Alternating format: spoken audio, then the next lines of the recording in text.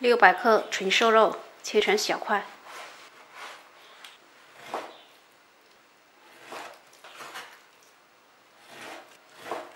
将肉放进电饭锅中，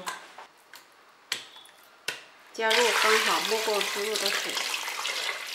下面调点料汁：老抽2汤匙，生抽1汤匙，蚝油1汤匙，料酒半汤匙，盐5克，冰糖10克，搅匀。把调好的料汁倒进来，搅动一下。放4个葱头，1小块姜。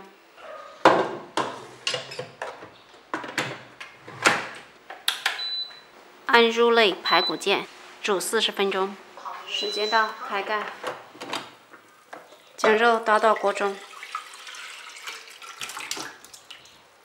中小火继续煮至收干水分。现在就已经熬干水分了，关火。这肉香味非常的香甜，夹到碗里来。用擀面杖将肉捣碎，太大块的话，我们可以用手撕一下，这样碎就可以了。将肉丝倒进平底锅中，开小火，边炒边按压，让肉呢慢慢松散下来。炒了15分钟，就已经有80%干了。为了方便储存，我们可以炒得更干一些，炒至90%干就可以了。关火，我们的肉松就做好了。自己做的安全健康无添加，肉香味比外面卖的更浓郁。